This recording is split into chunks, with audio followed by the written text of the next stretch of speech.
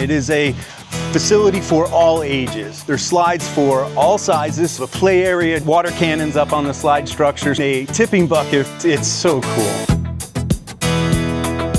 Hey everybody, I'm Sean Farrell. I'm the general manager at South Seas Resort, and I am super excited today to bring you a sneak preview of one of the newest amenities here for Club Captiva in South Seas.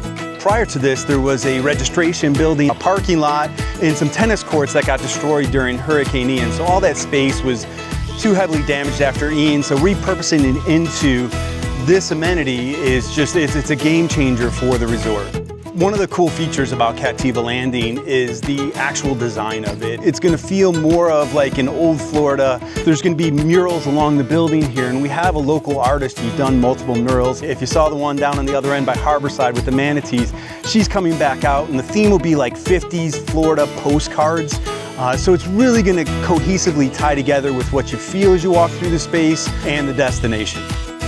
As you enter in, off to the left-hand side is gonna be Captiva. Captiva is a play area for the kids, nature. It's also got some crafting. Right next to it here is going to be the arcade. The arcade's going to have about 24 different games, wave runner games, we've got skee ball, we've got some big sea fishing games. As we move down the building, you're going to get into flippers. Now flippers is actually where we're going to have our food and beverage offering. It's a lighter fare. You're going to have burgers, chicken sandwich, chicken tenders, hot dogs. We also will have some beer and wine for mom and dad, just in case you need to refuel as well. Outdoor seating down here at the very end. As we get out, you'll see some of the spots where we'll have cabanas.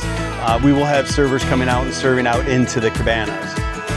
One of the big features here at Captiva Landing is going to be the Bottlenose Bay slide structure. Super exciting. It is a facility for all ages. It does have a play area down low here, including a tipping bucket for water cannons up on the slide structure.